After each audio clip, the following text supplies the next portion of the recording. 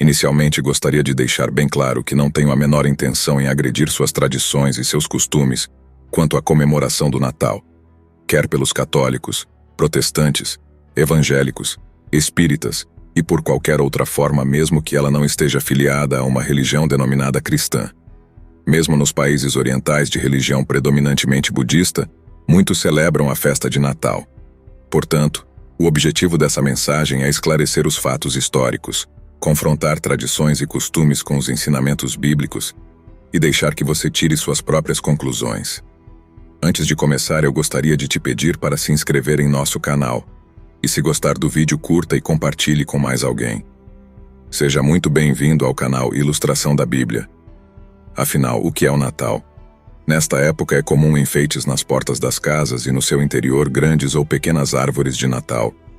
Decorações nas ruas da cidade com bolas coloridas variadas, perus, leitões recheados, patos, gansos, muitas nozes, castanhas, uvas passas, champanhe, etc. Não faltam para uma família de classe média alta. Enfim, todos dão um jeitinho, nem que seja comer um franguinho com farofa. Às vezes acontece que muitas pessoas gastam muito dinheiro e herdam uma grande dívida para ser paga em suaves prestações no ano que vem, pois afinal, quem recebe um presente de Natal se vê quase na obrigação de retribuir, tudo bem. Mas quando não se pode, a coisa se complica e constrange até mesmo numa humilhação. Para as pobres crianças de rua é tempo de tentação, pois vêem presentes e guloseimas expostas nas vitrines das lojas, e fica por isso mesmo. Mas com certeza as esmolas neste tempo se dobram também, pois é Natal. Afinal, vamos dar uma trégua às dificuldades e problemas. Vamos esquecer um pouquinho das coisas ruins, nos alegrando com a família, desejando a todos um Feliz Natal cheio de saúde, muita paz e, por que não dizer, boas festas. Mas afinal, o que se comemora no Natal? Muitos dirão, comemora-se o nascimento de Jesus Cristo. Mesmo para a maioria dos cristãos, o que isto significa não é muito fácil de se entender. Mas atualmente, até o Japão, que é um país budista, comemora também o Natal. Então se pergunta, que espírito é este do Natal? Com toda a consideração, gostaria de compartilhar um pouco sobre as origens da festa natalina, pois não temos a intenção de criticá-lo ou tampouco condená-lo porque você ainda comemora o Natal. Mas a verdadeira intenção é que você entenda o verdadeiro sentido do Natal, suas tradições e costumes, a fim de que você, como salvo em Cristo, esteja livre de todo o paganismo do mundo moderno. Se pesquisarmos um pouco, veremos que o Natal atual tem todas as características de uma festa pagã. Vejamos alguns exemplos. Pinheiros. Os escandinavos adoravam árvores e sacrifícios eram feitos debaixo das árvores ao deus Thor. A enciclopédia Barça descreve que a árvore de Natal tem origem germânica, datando do tempo de São Bonifácio, em 800 d.C. Os pagãos germânicos faziam sacrifícios ao carvalho sagrado de Odin, demônio das tempestades, e ao seu filho Thor. Bonifácio, em sua obra missionária para os povos germânicos pagãos, utiliza um carvalho para explicar-lhes sobre a Trindade, forma triangular e apontado para cima. Depois de convertidos ao cristianismo, esses povos acabaram adotando a árvore de São Bonifácio como um símbolo de sua nova fé. Em momento algum, Bonifácio estabelece um dogma ou uma instrução para que tal coisa fosse feita.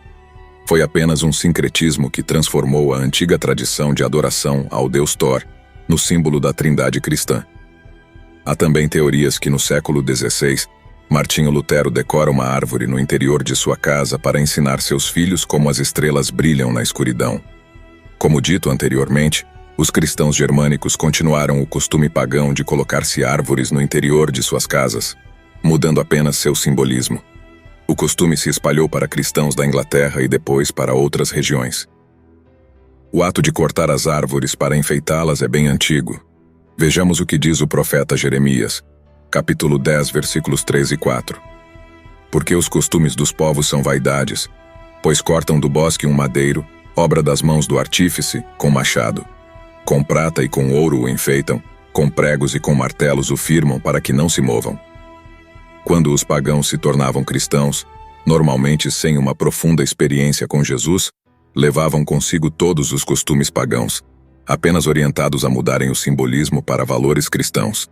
Portanto, é importante lembrar que não há, na história da Igreja cristã, nenhuma ordenança ou mandamento, nem sequer tradição, que remeta à utilização de árvores como um símbolo do nascimento de Cristo. Mas, como era usual entre os líderes da religião católica, a continuidade de costumes e tradições pagãs, mas com simbolismo alterado para valores cristãos, era uma poderosa ferramenta sócio-política para assegurar a transição do antigo Império Romano para a nova religião oficializada pelo imperador Constantino no século IV d.C. Presépio foi instituído no século XIII por Francisco de Assis, que quis representar o cenário no qual Jesus nasceu. É sabido que Francisco de Assis propositalmente coloca em seu presépio o boi e o jumento, animais que tradicionalmente fazem parte de qualquer presépio, como uma alusão à ignorância do judeu, remetendo ao texto de Isaías 1, versículo 3. O boi conhece o seu possuidor, e o jumento, o dono da sua manjedoura. Mas Israel não tem conhecimento, o meu povo não entende. Papai Noel. Noel em francês significa Natal. Porém, esta palavra não consta na Bíblia e sua origem é incerta. Há, contudo, aqueles que ligam o mito Papai Noel com a lenda de São Nicolau, bispo de Mira, na Ásia Menor, no século IV. A Holanda o escolheu como patrono das crianças e neste dia era costume dar presentes. Este costume, então, se espalhou pela Europa. Os noruegueses criam que a deusa Herta aparecia na lareira e trazia consigo sorte para o lar. A lenda conta que as crianças colocavam seus sapatinhos na janela e São Nicolau passava de noite colocando chocolates e caramelos dentro dos sapatos. Tudo isto foi descaracterizando o verdadeiro espírito do Natal. Nascimento de Jesus. Até o ano 300 d.C., o nascimento de Jesus era comemorado pelos cristãos em diferentes datas. No ano 354 d.C., o Papa Libério, sendo o imperador romano Justiniano, ordenou que os cristãos celebrassem o nascimento de Jesus no dia 25 de dezembro. Provavelmente, ele escolheu esta data porque em Roma já se comemorava neste dia o dia de Saturno, ou seja, a festa chamada Saturnália. A religião mitraica dos persas, inimiga dos cristãos, comemorava neste dia o Natalis Invicti Solis, ou seja, o nascimento do Sol vitorioso. Na tentativa de cristianizar cultos pagãos, o clero da Era das Trevas, de Constantino até a Idade Média, tentou de todas as formas conciliar o paganismo com o cristianismo. Um bom exemplo disto foi a criação dos santos católicos, substituindo as festas e padroeiros pagãos. Vênus, deusa do amor, Ceres, deusa da colheita, Netuno, deus do mar, assim como São Cristóvão é o padroeiro dos viajantes. Santa Bárbara, protetora dos trovões, e o famoso Santo Antônio é o padroeiro do casamento.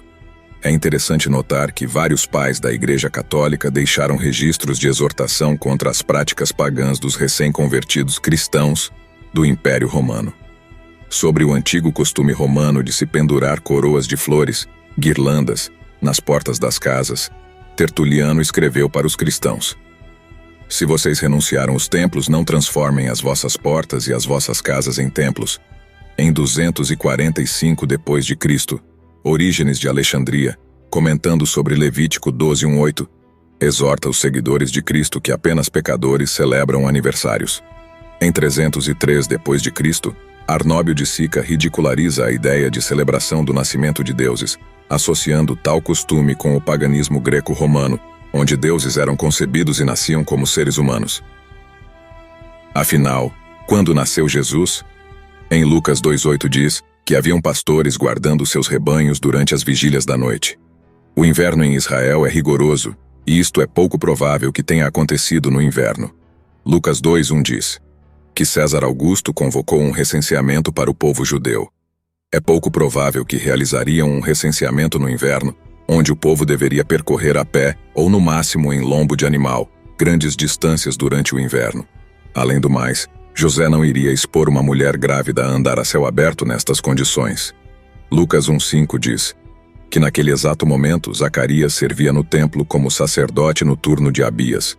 Isto é, os sacerdotes se revezavam no templo em turnos, cada turno tinha um nome. Abias era o 8º turno, sendo portanto um dos 24 turnos de revezamento dos sacerdotes. Lucas 1:8, 9 e 13 diz que neste exato momento Zacarias recebe a anunciação do nascimento de João Batista, filho de Zacarias. Lucas 1:23 e 24 diz que Isabel estava grávida de João Batista. Vejamos, portanto, quando realmente Jesus nasceu. Analisando atentamente alguns versículos bíblicos, podemos concluir que Jesus não nasceu em dezembro, e sim nos prováveis meses de setembro, ou quando muito outubro, meses em que os judeus comemoravam a festa dos tabernáculos, como diz João capítulo 1, versículo 14. E a palavra se fez carne e habitou entre nós. Habitou no original grego eskenesei, que se traduz como tabernaculou. Êxodo 12, 1 e 2 e Deuteronômio 16 mencionam que a Páscoa é a principal festa do ano e acontece no primeiro mês. Êxodo 23:15 diz que Aviv é o primeiro mês do calendário religioso judeu. Aviv significa fase do crescimento dos grãos, quando as sementes atingiram o tamanho completo e estão se enchendo com amido, mas ainda não secaram. 1 Crônicas 24, de 7 a 10, diz que os sacerdotes se revezavam em turnos de 2 turnos, mês, e que Abias era o 8º turno. Qual é, portanto, a dedução lógica para descobrir o mês do nascimento de Jesus? Nosso Deus é um Deus lógico e para ele não há coincidências. É bem provável que o primeiro turno dos sacerdotes deveria começar no primeiro mês religioso do calendário judaico. Por quê? Imaginem, se os sacerdotes faziam rodízio para servir no templo, eles deveriam ter um mês de referência para que antecipadamente pudessem conhecer seus respectivos turnos e meses nos quais eles fariam o revezamento. E é bem lógico que eles escolheriam o mais importante dos meses judaicos, que era o primeiro mês, Aviv, no qual se comemora a Páscoa. Então, se isto é lógico e aceitável, não restam dúvidas que o turno de Abias, de Zacarias, que era o 8º da escala, e coincidiu com o mês chamado Tamuz. Ora, a Bíblia diz que poucos dias após Zacarias ter recebido a anunciação do anjo sobre o nascimento de João Batista, Isabel, sua mulher, ficou grávida. Lucas 1, 25 e 36 diz que, estando Isabel no 6º mês de gravidez, foi ela visitada por Maria, mãe de Jesus, que acabara de ficar grávida. Ora, se contarmos 6 meses no calendário judaico, vamos concluir que Maria ficou grávida de Jesus no mês de Tevet, e se contarmos 9 meses a partir de Tevet, chegaremos à conclusão que Jesus nasceu nos meses de setembro, ou no mais tardar em outubro, meses estes que coincidem sempre com o mês do calendário judaico de Tishrei, 7º mês do calendário, no qual os judeus comemoram a festa dos tabernáculos. O calendário judaico é lunar, e por isso há diferença entre os meses do calendário gregoriano, que é baseado no sistema solar.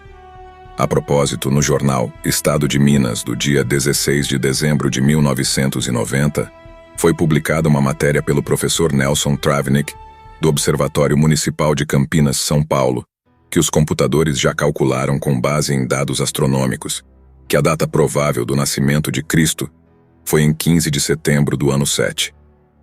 Não tenho ferramentas ou argumentos científicos para endossar essa data, e nem tampouco informação bíblica para contradizê-la. Mas uma coisa eu sei, esta publicação veio exatamente confirmar essa mensagem, na qual eu já cria pela fé e por meio dos fatos bíblicos e históricos aqui mencionados. Devemos ter em mente que um determinado símbolo ou ato concebido, criado e instituído com propósitos pagãos, não pode ser santificado, trocando-lhe apenas os simbolismos. Não podemos amenizar uma mentira, ou atenuar uma inverdade por intermédio de uma simples troca de significados. Um argumento ou raciocínio aparentemente lógico, mas que é utilizado para produzir-se uma ilusão da verdade, é chamado de sofisma. Somos ordenados pelo apóstolo Paulo a anular todo tipo de sofisma no corpo de Cristo. Porque as armas da nossa milícia não são carnais e sim poderosas em Deus, para destruir fortalezas, anulando sofismas e toda altivez que se levante contra o conhecimento de Deus, e levando cativo todo o pensamento à obediência de Cristo. 2 Coríntios 10, 4 e 5. Paulo ainda declara em sua carta para Romanos que mudaram a verdade de Deus em mentiras, em relação a práticas idólatras, Romanos 1, 25. Vale a pena ainda lembrar que o povo de Deus é proibido de imitar costumes pagãos ou introduzi-los em sua cultura. Dessa forma, não é possível cristianizar algo pagão apenas trocando-lhe os nomes e os símbolos. Vejamos, quando o Senhor teu Deus eliminar de diante de ti as nações, para as quais vais para possuí-las, e as desapossares e habitares na sua terra, guarda-te, não te enlaces com imitá-las, após terem sido destruídas diante de ti, e que não indagues acerca dos seus deuses, dizendo, assim como serviram estas nações para os seus deuses, Do mesmo modo também farei eu. Não farás assim ao Senhor teu Deus, porque tudo o que é abominável ao Senhor, e que ele odeia, fizeram eles a seus deuses. Pois até seus filhos e suas filhas queimaram perante seus deuses. Tudo o que eu te ordeno observarás, nada lhe acrescentarás, nem diminuirás. Deuteronômio 12, 29 a 32. Apesar do verdadeiro significado do Natal, entendemos que ele traz união entre as pessoas, encontros, gestos de gentileza, amor ao próximo, respeito, e isso não podemos negar. Fique, portanto, no coração de cada um de vocês esta mensagem. Tenho certeza que grande libertação virá na sua vida, e com certeza você se sentirá mais livre das tradições mundanas, não sendo cúmplice e nem comungando com outros espíritos, os quais não testemunham da verdade. Se você gostou, eu te peço que curta esse vídeo, deixe nos comentários a sua opinião, compartilhe e se inscreva em nosso canal. Deus te abençoe.